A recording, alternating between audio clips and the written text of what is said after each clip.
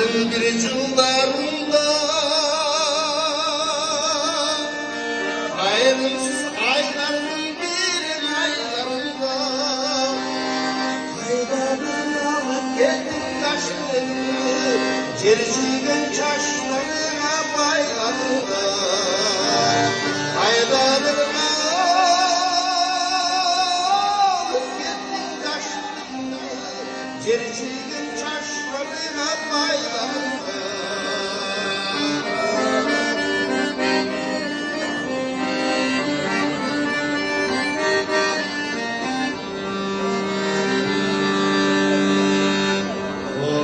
güldürüp ağaçları gümüş sakal içmeden kamçıları oy taşlak devrilendir parasına geldi kalın geldi kayıcıları oy taşlak devrilendir parasına geldi kalın geldi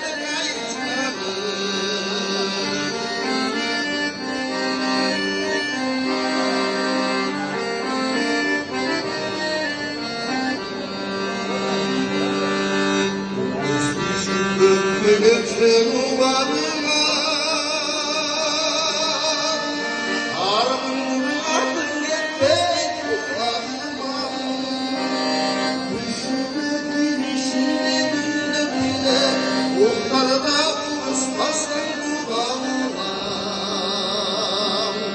Düşündüğün